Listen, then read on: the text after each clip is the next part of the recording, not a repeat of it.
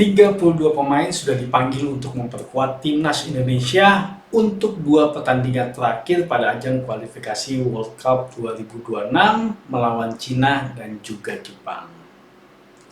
Ada beberapa nama yang akhirnya kembali masuk ke timnas Indonesia seperti Lily Pali, Asnawi Mangko Alam, dan juga si kembar Yakob dan Yance Sayuri.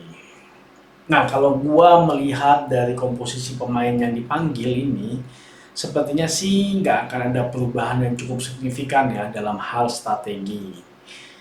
Ya mudah-mudahan seperti itu ya, nggak ada eksperimen lagi yang akhirnya nanti malah merugikan kita sendiri.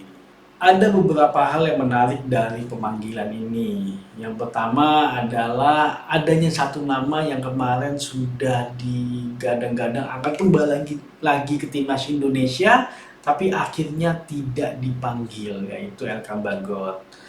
Ya, entah apa yang terjadi, ada apa sebenarnya, ya kita nggak boleh berspekulasi kalau menurut gua. Nah kemarin memang dia sempat menolak karena dia ingin fokus pada klubnya. Tapi sekarang kan kompetisi udah selesai ya. Harusnya masih bisa dong, tapi ya kenapa nggak dipanggil ya gue nggak tahu lah. Tapi yang jelas tidak ada seorang pemain pun yang lebih besar dari lambang Garuda di dada. Dan pemanggilan pemain adalah murni hak dari pelatih, jadi nggak ada titip-titipan. Nah, ada satu lagi nama yang tidak dipanggil, yaitu Aji ataupun Ragnar Ormangun. Dari Instagram resminya Ragnar, dia menginfokan bahwa memang saat ini dia sedang mengalami cedera. Hatinya sih ingin sekali berada di lapangan berjuang untuk Garuda, tapi memang kesehatan adalah nomor satu. Dia berjanji akan melakukan segala cara agar bisa kembali fit 100% di masa liburan ini. Ya, mari kita doakan semoga Wak Haji bisa comeback stronger dan kembali membela Garuda. Nah, kalau yang gue lihat secara komposisi pemain lokal, naturalisasi, yang tua, dan yang muda, ya sepertinya cukup merata lah kalau menurut gue. Tapi memang akan berbeda nanti ketika dalam pertandingan. Siapa yang menjadi starting line up tentunya adalah pemain yang mampu beradaptasi terhadap skema permainan pelatih. Karena seharusnya tidak ada yang bisa mengintervensi. Nah, timnas Indonesia akan menjalani pemusatan latihan terlebih dahulu di Bali yang rencananya akan dimulai pada tanggal 26 Mei 2025. Jadi masih cukup banyak waktu sampai tanggal 5 Juni ketika kita nanti bertanding di GBK melawan Cina. Awalnya sih rencana gue mau nonton, tapi ya kemarin waktu gue tiket gue nggak kebagian tiket. Jadi ya kemungkinan gue nonton di rumah aja. Tapi nanti ketika away, insya Allah gue berangkat ke Jepang untuk nonton di sana. Tiket, akomodasi sudah gue siapkan, pokoknya tinggal berangkat. Nah, balik lagi ke pemusatan latihan. Di momen inilah nanti pelatih menentukan siapa-siapa saja yang akan menjadi starting line up.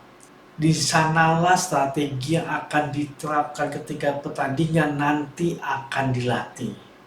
Nah, tentunya para pemain harus menunjukkan performa terbaiknya mereka dan mental yang kuat jika ingin masuk ke dalam starting line up.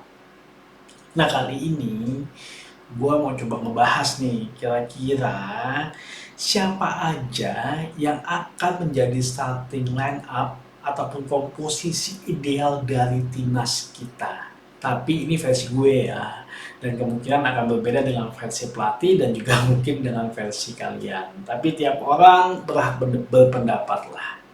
Oke, kita mulai dari kiper. Kalau gue sih udah pasti, yang jelas sudah teruji adalah memang Martin Paes.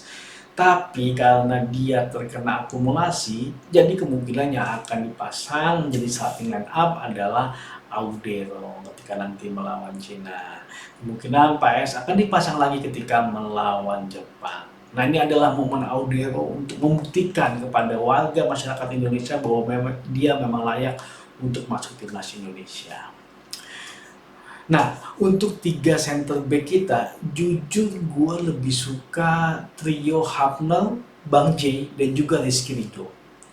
gue melihat chemistry di antara mereka tuh kayak udah terbentuk gitu. Mereka tuh bisa saling melengkapi, entah kenapa sepertinya antara Hildes dan Bang J kok kayak kurang gitu chemistry-nya. Ya apakah mereka kurang sering bermain bersama, ya nantilah ketika di training center, yang pasti tim kepelatihan lah yang nanti bisa melihat itu apakah memang chemistry-nya sudah terbentuk. Nah, untuk fullback kiri dan kanan kayaknya sih udah jelas ya. Yang kiri itu udah jelas jatahnya Verdong, sedangkan yang di kanan adalah jatahnya Kevin Dix. Sepertinya mereka berdua adalah tidak tergantikan kalau menurut gua. Nah, bagaimana dengan di tengah? Tom Haye sudah pasti akan menjadi pilihan utama karena memang belum ada yang bisa menggantikan dia kalau menurut gua. Nah, siapa yang akan mendampinginya? Awalnya itu gue lebih suka ketika Tom Haye bermain sama Ivar. Tapi ketika pertandingan melawan Bahrain kemarin, ternyata Joey sangat luar biasa. Dia mampu menutup ruang dan membaca permainan dengan sangat bagus. Sehingga kemarin Bahrain nggak bisa berkembang. Ya walaupun kemarin secara stamina agak kurang, tapi mudah-mudahan dengan training center di Bali, Joey bisa segera menyesuaikan dan bisa memberikan performa terbaiknya di pertandingan nanti. Jadi ya kemungkinan gue lebih prefer Tom Haye dan juga Joey. Nah, bagaimana dengan sayap dan pemain depan? Yang di tengah ya sudah pasti sih Oleh kayaknya akan menjadi starting line up karena kemarin memang kita kurangnya pemain seperti Oleh yang mempunyai finishing yang cukup bagus. Nah dengan adanya Oleh ya kayak sih udah pas lah. Mudah-mudahan kondisinya fit dan bisa optimal di pertandingan nanti. Karena kemarin stamina kelihatan juga sih dia agak kecapean. Nah, bagaimana dengan sayap kiri dan sayap kanan? Sebenarnya pilihan pertama gua adalah Marcelino dan juga Waaji ataupun Ratnal.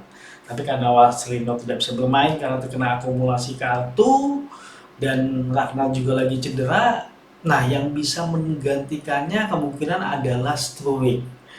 Nah, tapi satu lagi, gua lagi melihat bahwa Egy saat ini dia lagi performa terbaiknya kalau menurut gua, dan di Liga 1 performanya luar biasa, umpan-umpannya mateng dan visi permainannya pun juga lebih dibandingkan dengan pemain lokal yang lain. Dan itu menurut gua hal layak diberi kesempatan lah untuk menjadi starting line up untuk Egy kali ini kalau menurut gua. Nah, itulah starting line up yang ideal kalau menurut gua. Bagaimana menurut kalian? Silahkan taruh aja di kolom komentar, setiap orang bisa berpendapat. Semoga nanti di pertandingan melawan Cina, kita bisa menang, karena menang adalah harga mati. Maju sepak bola Indonesia.